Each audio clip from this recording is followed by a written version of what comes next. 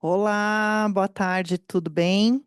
Bom, vamos começar agora nossa sessão clínica. Eu sou Vanessa, sou coordenadora da CIDOT aqui do Hospital 9 de Julho, que é a nossa central aí de doação de órgãos e tecidos. Estou aqui com o nosso enfermeiro Rodrigo, que começou aí as atividades comigo esse ano. Queria agradecer muito a participação da Opus Santa Casa, que todo ano está aqui prestigiando o nosso evento. O João Herbes, que está online, que é o diretor técnico da Central de Transplantes de São Paulo, um parceiro também que, sempre quando a gente precisa, tem dúvidas ou qualquer tipo de situação, ele sempre se mostra muito acolhedor com a gente e a participação de todos.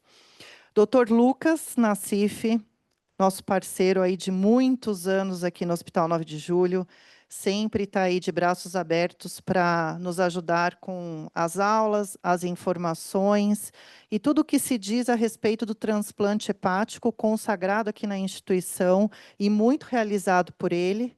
Então, hoje eu convido ele para ministrar essa aula, falando um pouquinho da lista de espera, né, dos órgãos do fígado, e como que funciona isso?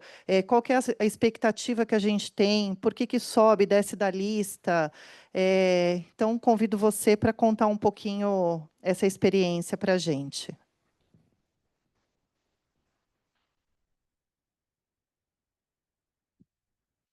Obrigado, Vanessa, pelo convite. Rodrigo também, que está presente nesse dia a dia, do transplante, né? Boa tarde a todos. Acho que essa ainda não é a minha. Para quem não me conhece, né? Eu sou coordenador, responsável técnico pela equipe de transplante de fígado do hospital.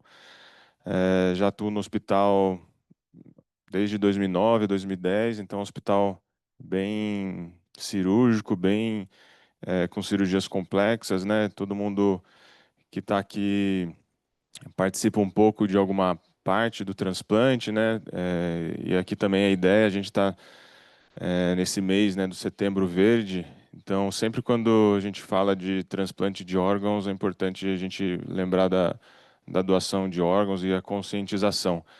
A ideia nessa sessão clínica desse tema que eu estava conversando com a Vanessa, a gente idealizou, mas até para a gente ter uma discussão, como é uma reunião, uma sessão multidisciplinar, multiprofissional, a gente comentar um pouco, não vou entrar muito em literatura, mas falar uma parte mais ampla, né, de como é um pouco o nosso dia a dia e o dia a dia de quem trabalha com transplante, com captação, com receptor, ela não é um mundo novo, né? Então quem não está dentro desse mundo, as pequenas palavrinhas, algumas coisas são novidades. Então vou dar uma entrada nesse aspecto para todo mundo e deixar aberto para a gente discutir depois, né? Então, o tema ficou sobre a lista de espera por transplantes, né, de órgãos sólidos, a inclusão, como nós normalmente fazemos, o tempo de espera e as características. Eu não tenho conflito de interesse, né? Então, eu acabei dividindo mais ou menos ali pelo título nessas três características da lista de espera, né? Ah, ultimamente a gente teve alguns famosos aí que fizeram transplante, então muitas pessoas perguntam, muitas pessoas falam, comentam, né? Então é importante frisar, né, que a lista de espera, quando o paciente precisa de um transplante, ela é tudo muito bem regulamentada, tem toda a normatização, tudo previsto pelo Ministério da Saúde, a Secretaria Nacional de Transplantes, né? Então, tem uma câmara técnica, então é tudo muito rigoroso, né? Então, e ela é uma lista única para o país inteiro e ela tem algumas características dependendo do tipo sanguíneo, dependendo do órgão sólido que vai ser transplantado. Então, essas características eu vou falar um pouco de cada e aí no final vou entrar mais na minha área, que eu acabo fazendo o transplante de órgãos sólidos e mais especificamente do fígado, né? Então, a inclusão, normalmente, todos os órgãos sólidos, historicamente, era feita pela cronologia, né? Então, quando o paciente precisava de entrar na fila, ele era listado. E essa situação, ela continua até hoje, por exemplo, com o rim, né? O paciente, quando ele está na lista de espera, ele está na diálise, ele precisa do transplante e ele acaba esperando ter um doador compatível o dia da sua cirurgia, aguardando, fazendo a diálise, né? E essa situação, ela foi mudando em algumas situações, por exemplo, pela gravidade, com o fígado e coração. Então, se o paciente está mais grave, ele não aguenta a espera, né, cronológica. Então, isso aí foi ocorrendo, adaptações e mudanças, e aí o paciente, dependendo da gravidade, ele é transplantado antes, né? Então, no fígado, para vocês terem uma ideia da história disso, o MELD ele foi descrito em 2002 nos Estados Unidos e foi implantado lá. E aqui no Brasil foi é, iniciado a lista com a utilização do MELD, então um modelo laboratorial de gravidade da doença do fígado, né? E ele entrou em 2006, né? Então, com muitos trabalhos mostrando realmente que aumenta o número dos transplantes realizados, né? Os pacientes conseguem tratar com essa equiparação, né? Usando o MELD. E a outra importância na inclusão é a tipagem sanguínea e a compatibilidade, né? Então, dependendo do órgão, a gente precisa ter uma compatibilidade do sistema ABO e também dos gânglios, né? Compatibilidade imunogênica. E a gente consegue fazer esse teste pelos gânglios e também por um crossmatch virtual que tem, principalmente nos casos de rim, de pâncreas, pulmão, intestino, onde que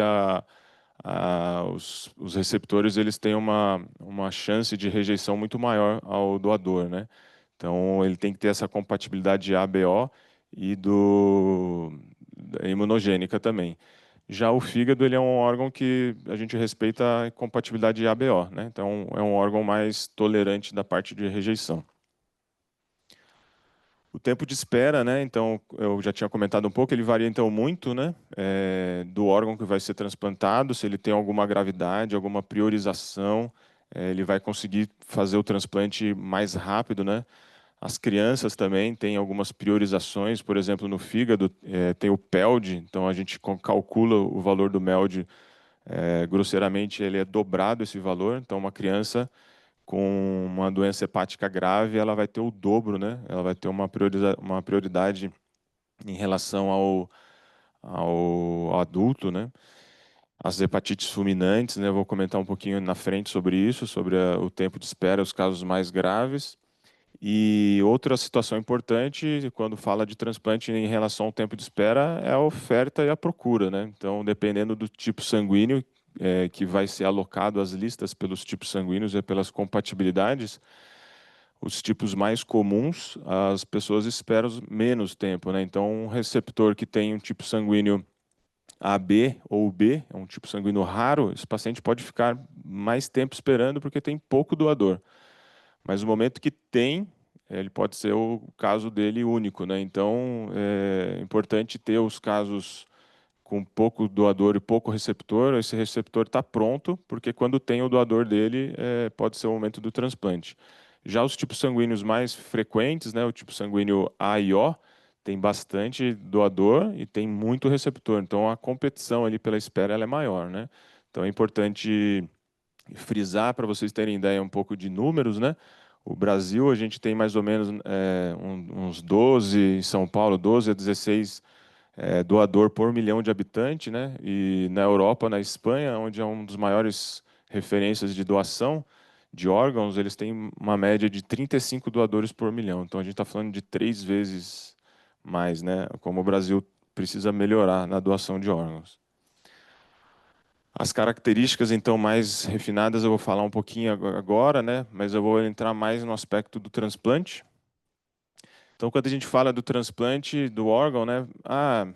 Parece que é uma coisa simples, né? Que é uma área simples, mas ela é uma área muito complexa que não trabalha no dia a dia com transplante. Eu vejo assim, hoje em dia muitas pessoas querem ajudar, né? E se você não tem um treinamento, não tem uma convivência, ela é difícil porque ela passa por vários períodos, né? Então, você está falando no caso do fígado, um paciente que você vai ter que preparar ele, um cirrótico ou uma hepatite fulminante, tem algumas características. Se um hospital, um centro de referência não está organizado, em muitos lugares esse paciente ele é até entra em paliativo ou como se não tem um tratamento definitivo. Então é importante essa identificação desse doente grave no pré-transplante, preparar um paciente para estar pronto, por exemplo, num caso tipo sanguíneo raro, né? Identificar que um paciente com uma encefalopatia, um tipo sanguíneo AB, às vezes com o mel de baixo ela pode transplantar, né? Ela pode e a cura com o transplante, as cirurgias do doador, né? Então, além do preparo do receptor, cirurgia do doador, a gente tem tanto a captação de órgãos, né? Que vai de todo o processo da procura de órgãos, né? Das OPOS, que são bem regulamentadas em todo o país, né? Na cidade de São Paulo, no estado de São Paulo, onde se destaca, né? O nosso estado com em número de doadores. A cirurgia do doador, né, doador falecido, mas também tem a cirurgia do intervivos, né, tanto os órgãos sólidos, a gente pode fazer o transplante intervivos, então é uma outra opção, que também ela é bem trabalhosa, né, ela é bem complexa, mas você acaba não tendo esse tempo de espera, né, tendo doador compatível, fígado, rim, a gente consegue minimizar o sofrimento na espera, né? Então, são opções que devem ser avaliadas cada caso a caso. E aí, nesse processo, ainda tem a cirurgia do preparo do órgão, né? Então, essa cirurgia ali do back table que eu estou colocando, que é essa imagem aqui, né? Então, o fígado cirrótico, como ele está. Então, esse aqui é o fígado captado. E aqui é o preparo do órgão, né? Então, o cirurgião ele vai ali limpar o órgão, vai medir os vasos, vai tirar alguma sujeira ou outra, não do que vem na cirurgia da captação. E ali é a cirurgia do receptor, né? Então, você fazer uma troca de um órgão doente e colocar um órgão sadio no local, né? Parece simples, né? Mas a cirurgia normalmente tem ali 2 horas de anestesia, umas 5 horas de procedimento para fazer essa troca, né? Então, além de todo o preparo, de todo o paciente sendo avaliado antes, tem esse dia cirúrgico, né? E o pós, né? O pós na UTI, o anestesista, segurar toda essa mudança hemodinâmica, né? Esse cuidado com o paciente. E depois é um imunossuprimido, né? Então é um paciente que fica com imunossupressão para o resto da vida dele, para ele conseguir conviver bem com esse órgão, né? Então, pincelando um pouco as características da espera, né? O Brasil, esse dado está um pouquinho até mais antigo, mas isso se mantém. O Brasil ele está bem, né, mundialmente falando, em transplantes de órgãos sólidos, né? Que é um número de transplantes de fígado. A gente só está atrás para os Estados Unidos. Então, o Brasil no mundo ele está em segunda posição em números de órgãos transplantados, né? Só que aquilo que eu falei, né? Se a gente pega em todos os órgãos, ó, transplantes realizados em vermelho e olha a necessidade. Então, olha o problema aqui da doação, né? Então, será que o Brasil, comparado com a Espanha, que é um país do tamanho do estado de São Paulo, a gente tem menos doador que a Espanha, né? Por exemplo, 3 vezes menos, né? Será que quanta gente aqui não está precisando de... Então, nossos valores que eu falei, né? A gente varia ali de 12 a 16 doador por milhão de habitantes, quanto uma Espanha, né? Que é um país do tamanho do estado de São Paulo, tem 35 doadores por milhão de habitantes. Então, a inclusão na lista, né? No caso do fígado especificamente, a gente tem que ver a indicação, né? A indicação, o paciente tem que ter duas características: cirrótico, doença hepática grave, crônica, aí as etiologias mais comuns, né? Vírus, doença gordurosa não alcoólica, doenças metabólicas, o álcool. Então, ele tem que estar com hepatopatia crônica e uma classificação que ele tem indicação de inclusão, normalmente um Child B, e o MELD não é fixo por causa das falhas do MELD, e também algumas situações especiais que o paciente não está contemplado pelo MELD, né? Então, o paciente que tem muita ascite, encefalopatia, prurido intratável, o câncer, né? São algumas situações especiais que o paciente consegue uma pontuação e o MELD não reflete isso. Então aí é avaliado caso a caso, e ele consegue entrar para a lista para fazer o transplante também. Uma outra, isso daqui é mostrando, né, que é uma atualização da portaria, né, onde foi incluído o sódio para colocar também uma avaliação do cálculo na lista, né? Então lembra que eu falei lá em 2006, 2017, 19, mas essa portaria foi atualizada de 17, 19, onde incluiu o sódio para ajudar a pegar esses pacientes que têm muito hiponatremia, né, que estão muito presentes nos pacientes com desnutrição e ascite refratária, né? Aqui um apanhado para vocês verem que esse assunto ele é bem é, presente na literatura, né? Então, quais são os desafios ali, né? Muitos pacientes, pouco doador, soluções, né? Por que a Espanha tem muito doador? Será que a população deles é maior na China? Não, a gente está falando na Espanha. Por quê? Porque, bom, Estados Unidos também, né? Tem outras opções, máquina de perfusão, eles usam enxertos marginais. Marginais, o que é isso? É um enxerto que ninguém usaria? Não, tem esteatose no enxerto, então um paciente bem preparado, a gente consegue usar enxertos mais idosos, né? Eu fiz meu pós-doutorado na Espanha, né? Eu cheguei em captação de paciente com 90 anos, doador de 90 anos. E cheguei a ver usar doador de 80 anos. Esse de 90 não usou para o fígado, mas de 80 eu vi usar. Esteatose moderada, cheguei a ver usar também. Eu acompanhei muitos casos com máquina de perfusão, normotérmica, hipotérmica. Então, o que é isso? Está ampliando, né, a gama de doação e uso dos órgãos, né? Então, o que é isso aqui, ó? Doador com coração parado, né? No nosso país, a gente só tem a doador com morte cerebral e mesmo assim, o pessoal acha que o paciente ainda está vivo lá.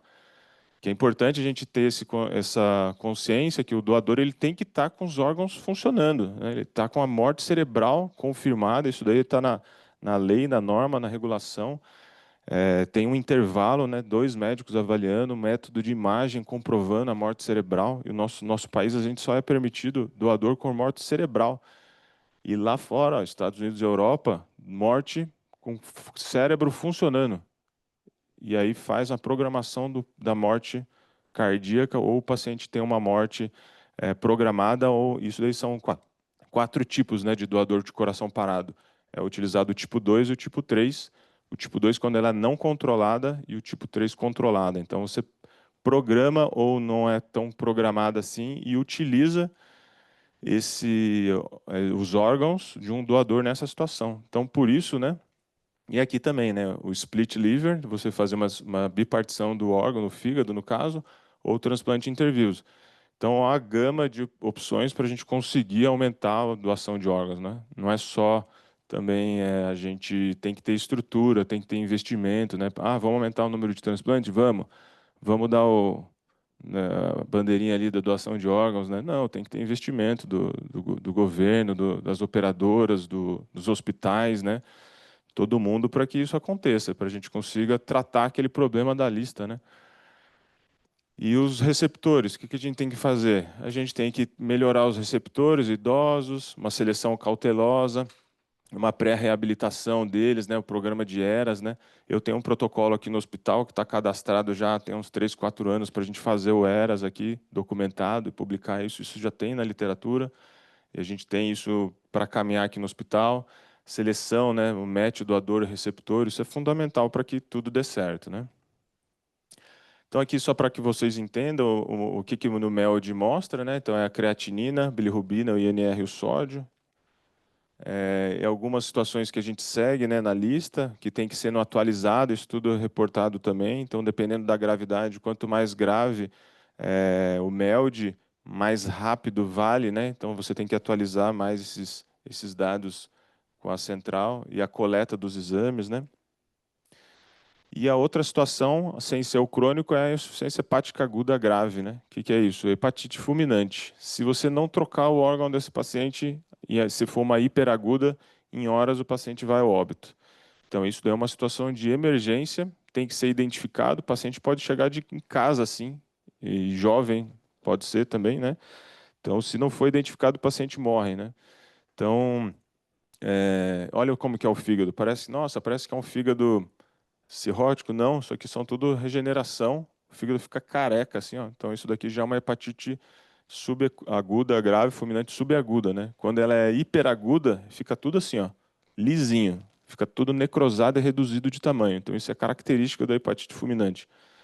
E em horas, o paciente vai estar assim, ó, entubado, droga vasoativa, diálise, e se não troca o fígado, morre. Então, a gente tem ela hiperaguda, aguda e subaguda, né? Então, essas são horas, dias e algumas semanas, né, que faz essa classificação de hiperaguda, aguda e subaguda. O paciente vai ter a icterícia, existem encefalopatia, problema na coagulação, né, que vão mostrar essa situação toda. E as priorizações, elas vão ocorrer também dando a gravidade não só pelo MELD, quanto a hepatite fulminante, quando eu mostrei, se não transplantar o paciente morre.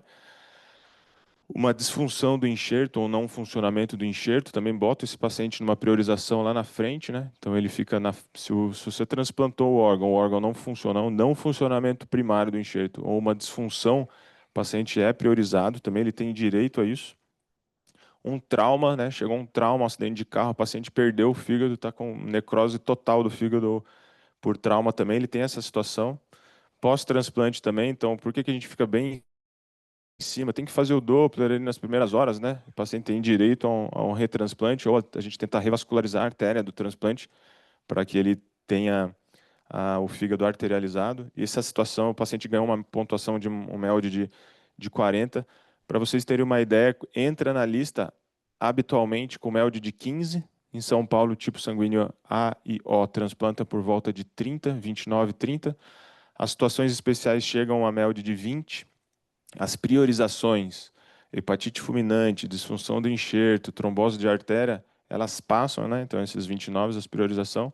A trombose da artéria chega no MELD de 40 nessa situação. As indicações da hepatite fulminante, ela respeita aqui no nosso país também alguns critérios na literatura, que é mundialmente conhecido, né? Que é o critério de King's College e do Clichy. E isso daí vai com a clínica e os laboratórios, né? Aqui, ó, é muito comum na literatura aparecer pelo paracetamol. Por quê? Porque a principal droga que pessoas nos Estados Unidos e Europa tentam suicídio. Então, pela dose, é uma das drogas que a gente sabe que a dose, 10 gramas aí, vai fazer a necrose do fígado. Então, é permitido usar o paracetamol por esse contexto. E ela atinge critérios do paciente direito fulminante e concorrer a um transplante. Se não transplantar, depois que atingiu esses critérios aqui, ó, a mortalidade é quase 100%.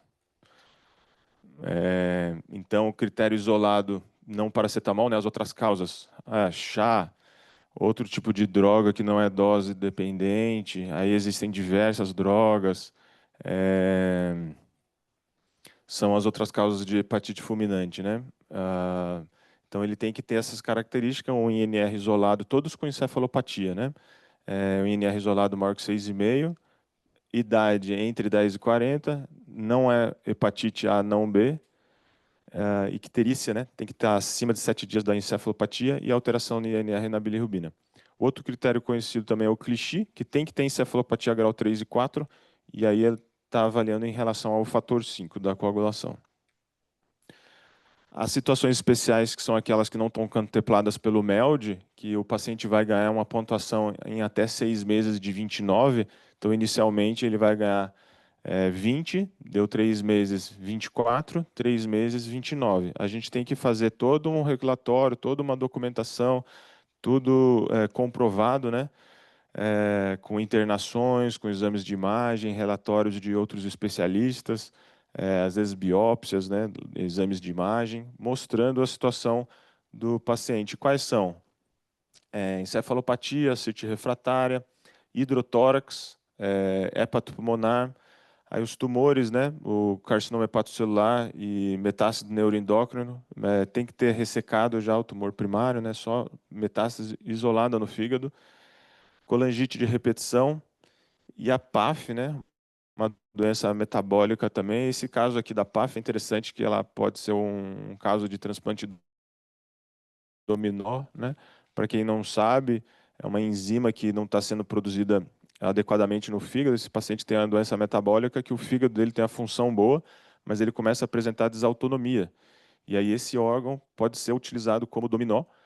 O que que é isso? A gente capta esse órgão desse receptor, ele vai receber um órgão de um doador, e o órgão dele pode ser para um paciente ali que está por volta acima de 65 anos, habitualmente, que vai ter aí, normalmente demora uns 20 anos para essa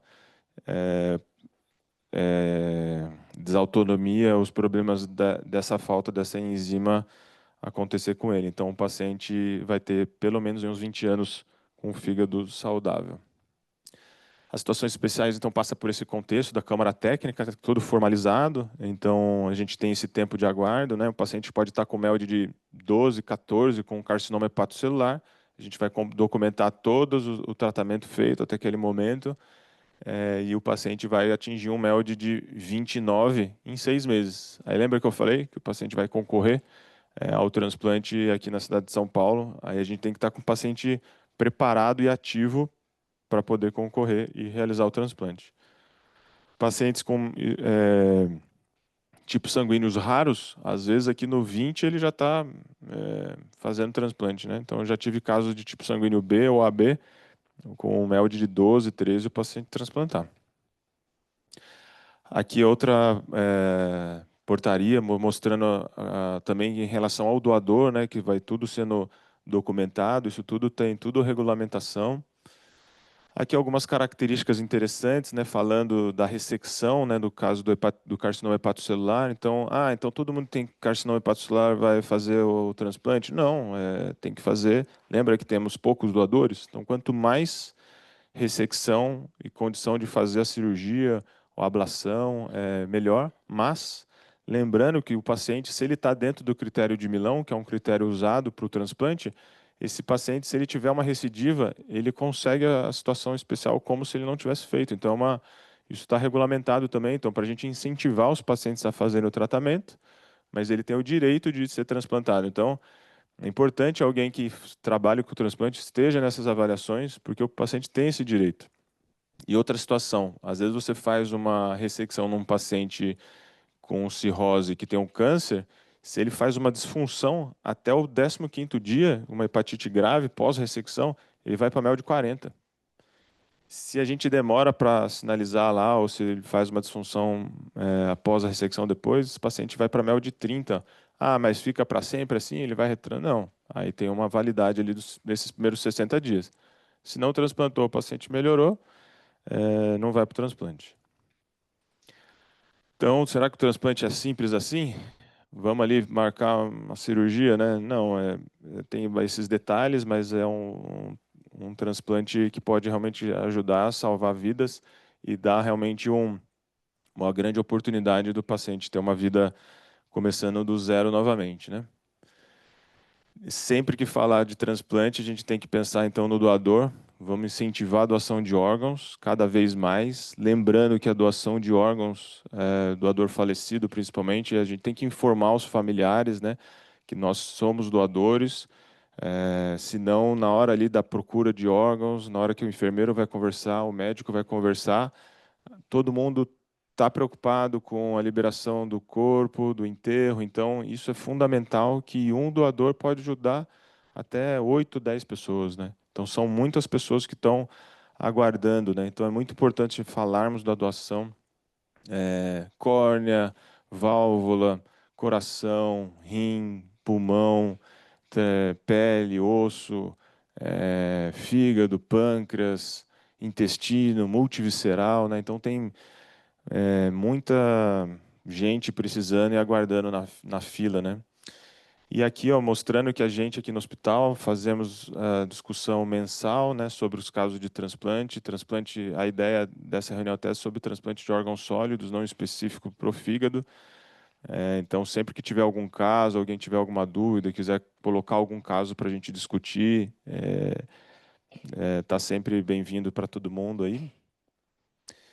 E agradecer a todo mundo, né, que trabalha com transplante. Muita gente está aqui também na sala, então o transplante ele não depende de uma pessoa, uma equipe de médicos, né? Isso daí é todo mundo que trabalha junto para conseguir acontecer.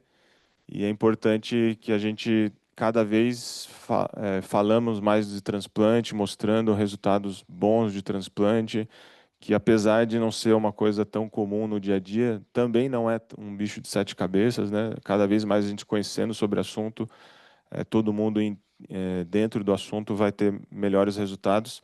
Só que a gente precisa dessa equipe multidisciplinar junta, com incentivo da instituição, de todo mundo multidisciplinar para que aconteça um resultado bom. Obrigado.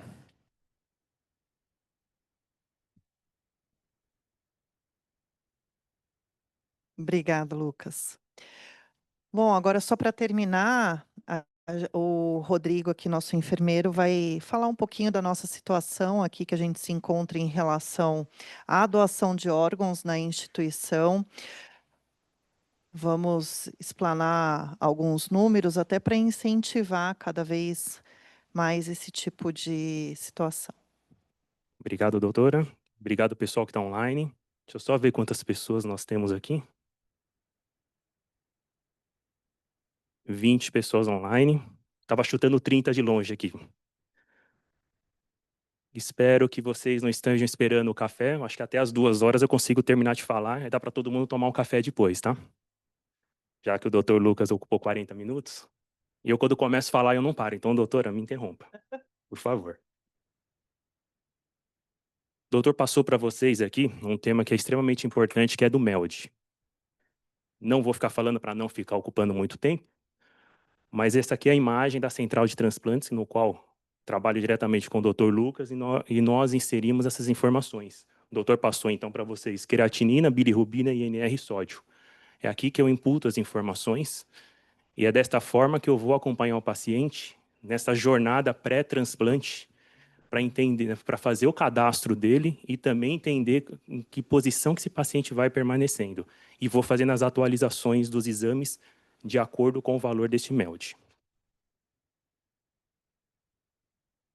Um outro ponto importante, não poderia deixar de falar, que é o acompanhamento desse paciente. Então, o Dr. Lucas fez um transplante, fez a cirurgia, eu vou acompanhando esse paciente no decorrer. Então, Gladney está me vendo praticamente todos os dias, Luciana, Letícia, agora com a Regina, então eu vou passando todos os dias no quarto, vendo esse paciente, acompanhando, entendendo como ele está. Porém, eu tenho um critério que a gente utiliza que é o follow-up, que é para deixar registrado qual que é a condição desse paciente em 30, 90 e 1 ano. Isso eu deixo registrado no próprio MV e deixo registrado também numa planilha de Excel para controle próprio. Então, isso fica registrado até por questões de auditoria. A gente faz todo esse controle desse paciente, o porquê que ele internou, qual foi o procedimento, e aí eu vou explanando as medicações que ele utiliza, se teve alguma queixa, se teve alguma intercorrência, se teve algum efeito adverso de alguma medicação, eu vou registrando desta forma. Então, isso fica a critério. E também falar o quanto que é importante ter um enfermeiro específico na instituição para fazer esse tipo de função e dar o suporte para a equipe médica dos dados, né, dessa inserção dos dados, atualização desses dados, até para a central de transplante, que existem regras a serem cumpridas, né? E a gente tem esse setor aqui no hospital, justamente para passar esses dados de forma correta e dar o suporte para a equipe. Esse acompanhamento pós-transplante, você foi ali, ele não é um ano, é para sempre. Paciente Ah, transplantado, não sei se você ia falar isso depois, mas paciente transplantado, na instituição, mas até também na secretaria. A gente tem que reportar isso, a imunossupressão, se o paciente está vivo, toda a sobrevida, né? Porque tudo isso da regulamentação, ela fica disponível de todas as equipes, de todos os estados, e isso também tem no Registro Brasileiro de Transplantes, além dessa reportagem desse acompanhamento, que ela não é, ela é anual, né? Ela é ela é para sempre e acaba mostrando também para todo mundo ter acesso às sobrevidas e o registro de todos os transplantados. Exatamente. O que o doutor passou, essa informação que eu deixo desse follow-up, é um controle mais via prontuário nosso, que a gente vai deixar esse registro, mas o que o doutor passou e foi brilhante. Dentro da central, esse paciente será acompanhado sempre. Então, aqui até ele terminou o ano, depois anualmente a gente vai fazer esse acompanhamento. O paciente foi a óbito por algum motivo. Eu vou imputar aqui na central para a central saber que esse paciente foi a óbito. Ou teve perca do segmento por algum motivo. Eu também consigo sinalizar aqui na própria central. Aqui é questão governo. Aqui é questão 9 de julho com o nosso controle interno. Mas esse paciente nunca deixará de ser acompanhado, tá?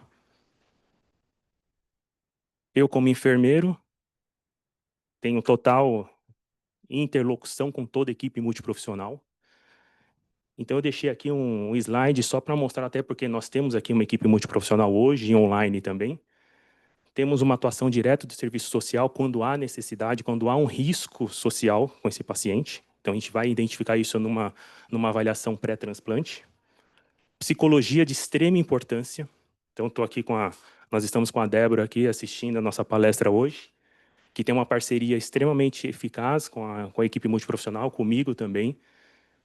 Foi visto um risco psicológico, foi visto alguma situação que necessita, ela sempre vai atuar, vai mandar um profissional, esse profissional vai fazer essa avaliação desse paciente, tanto no pré como durante a internação, do paciente e do acompanhante, se for necessário. Nutrição, fundamental. Estou com uma paciente internada aqui hoje, ela está na unidade de internação no A5. Durante a minha visita vendo essa paciente, nós identificamos que ela não estava aderindo à suplementação alimentar, que é o Nutri-Drink. Ela se queixava que o gosto era muito forte. Eu fui olhar a cappuccino, o sabor. Eu falei, será que vale a pena mudar para chocolate, para baunilha? Tentou, não deu certo. Qual foi a solução? Em conjunto com a nutrição. Vamos fazer o suplemento batido com frutas. Adesão ok. O paciente perdeu muito peso durante a internação na UTI, agora está fazendo recuperação. Então, uma atuação da nutrição diretamente. Fisioterapia, mesma coisa. A fisioterapia entra comigo no processo, no pré-transplante, avaliando esse paciente no pré, durante a internação e fazendo todo esse acompanhamento. Nossa paciente que perdeu muito peso, hoje ela está em franca recuperação motora com a fisioterapia atuante, fazendo fisioterapia 3 vezes por dia. Farmácia, não preciso nem dizer, paciente que vem para o transplante, ele vai usar um imunossupressor, tem que ter um olhar extremamente eficaz nesse ponto, até para as questões de documentações, para esse paciente pegar a medicação fora de casa, vai usar imunossupressor para o resto da vida, como o doutor passou. E nós, a enfermagem. Nós, a enfermagem, que acaba sendo aquele elo, aquele eixo. O paciente chega, recebi a mensagem do doutor Lucas, vai para o centro cirúrgico, Maiara já coloca a equipe para atuar, sai da Maiara, vai lá para a terapia intensiva no terceiro subsolo, depois passa para o A5 e eu fico nesse meio do caminho ajudando o pessoal. E aqui a gente tem muito isso que é a comunicação, né? Que é um fator positivo da instituição, né? A gente se comunica muito bem, a gente conhece quem está em cada setor, justamente em pró aí do benefício para a qualidade da internação do paciente. Brevemente, para não também ocupar, Brasil nós temos mais ou menos 78 mil pessoas que aguardam transplante, e aqui dados de 2023. Então, vou fazer um paralelo. 2023, mais de 6 mil transplantes sólidos, coração, fígado, rim, por exemplo. Mais de 12 mil córneas. Teve um aumento de 16%, de 22 para 23. Esses dados para 24 ficaram similares. 2025, naquele balãozinho, de janeiro a junho, foram realizados mais de 4 mil sólidos e mais de 8 mil córneas. Fila de espera, hoje, córnea 32 mil, rim 42 mil, fígado 2.300 pessoas.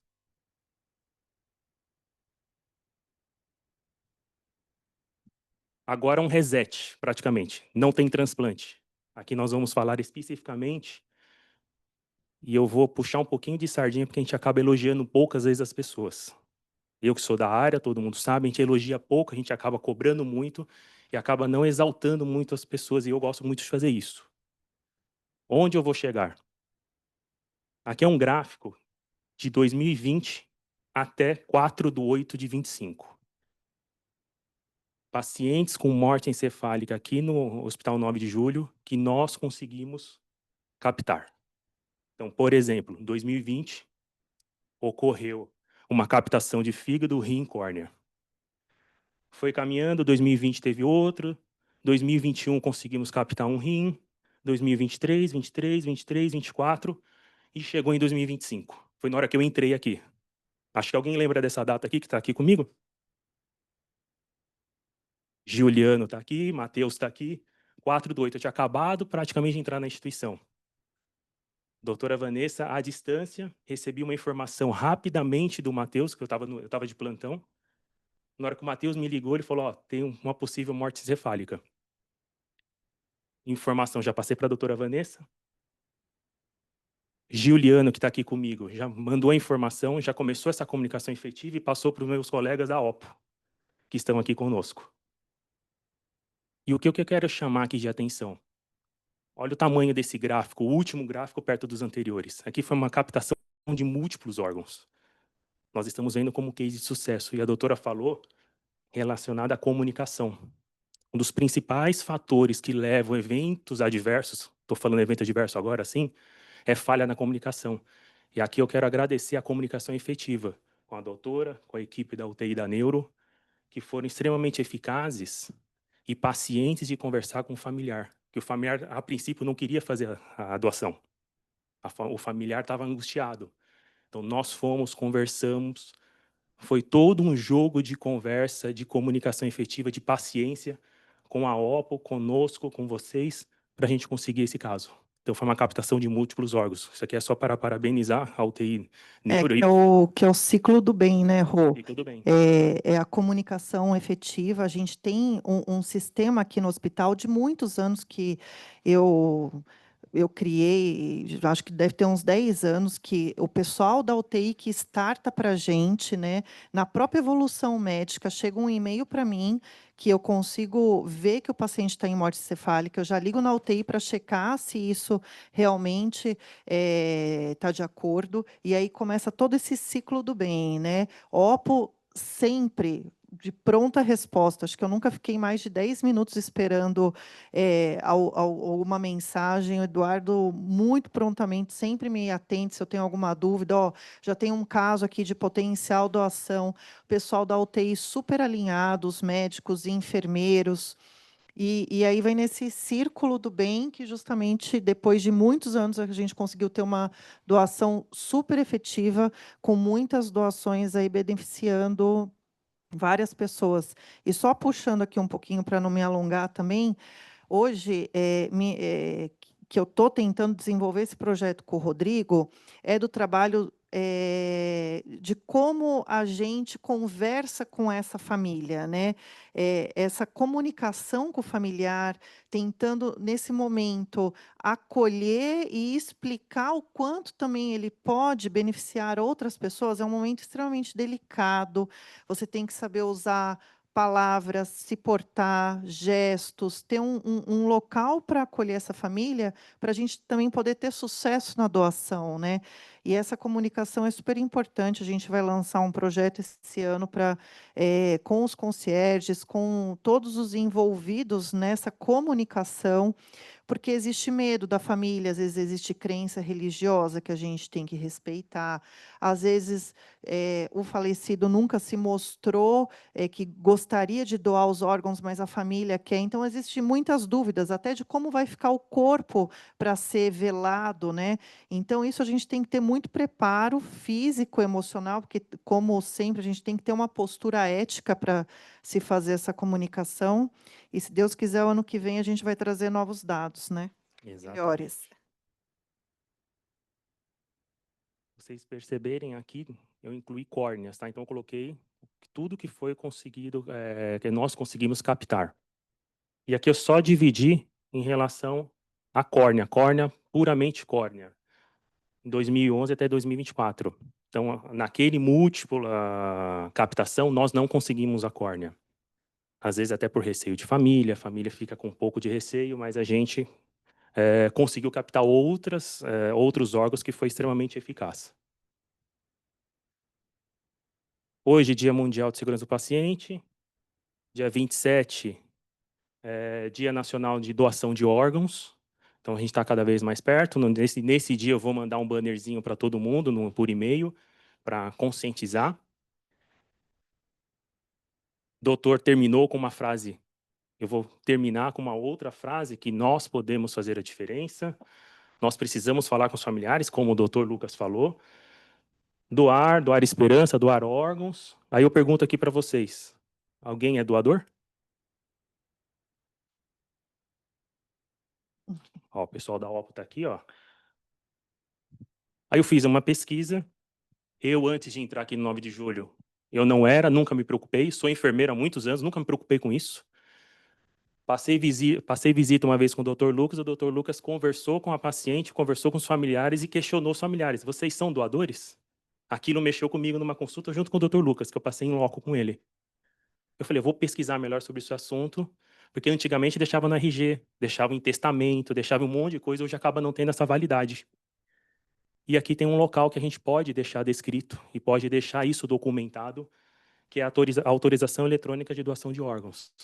Então, com isso, também já é um meio também de mostrar, e a gente pode até escolher qual órgão pode ser doado. Então, eu gostaria de terminar a minha fala, que eu tentei falar bem rápido para vocês estão com fome, mas mostrar que nós temos como fazer isso. O QR Code está funcionante, tá? Então, quem quiser usar o QR Code, eu já testei. E aqui fica o site. Conscientizar, falar com a família, falar com os colegas, porque isso é importante. Esse ciclo só vai dar certo, o Dr. Lucas só vai conseguir fazer mais, o Dr. Marcos só vai receber mais pacientes graves, eu vou ter cada vez mais o meu emprego mais sólido, se a gente tiver doação. Se não tiver doação, tiver transplante, eu estou perdido. Eu vou trabalhar com vocês na UTI ou na clínica, ó, eu consigo trabalhar, viu? Se precisar de ajuda, contem comigo. Deixo essa mensagem para vocês, deixo o meu agradecimento à doutora Vanessa, Dr. Lucas, toda a equipe, acho que a maioria não me conhece aqui na instituição, são poucos que me conhecem, eu sou novo aqui dentro, mas eu estou extremamente aberto, comunicação sempre efetiva comigo. Vocês vão perceber que eu sou uma pessoa que vai ficar sempre lá beira-leito, perto do paciente.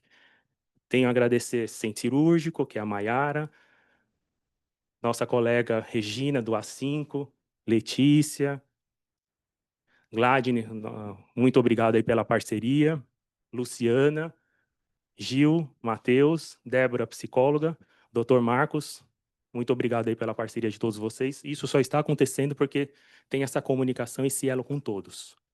E quem está online também, muito obrigado. Obrigada, gente.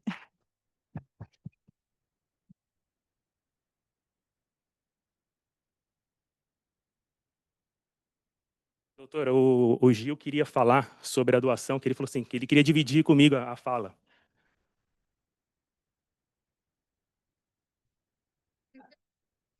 Ele falou que queria dividir. Vai, só dar um agradecimento aí. Não, bom dia a todos. Não, eu queria agradecer realmente porque eu acho que todo esse conjunto, né, essa comunicação, principalmente nessa última captação foi importante, principalmente com o centro cirúrgico também, toda a Maiara ali respondendo, até por um meio assim que a gente considera não oficial, que é o WhatsApp, né, e até com outras equipes também, né, outros profissionais de outros hospitais ali falando, ó, eu acho que essa equipe vai se interessar por esse órgão. Então, eu acho que todo mundo naquele dia vestiu a camisa, a Ceci também, todos os profissionais da UTI, em parceria com o Rodrigo, fizeram a diferença nesse dia. Eu acho que foi bem bacana aí o empenho de todo mundo. Então, eu queria agradecer aí também.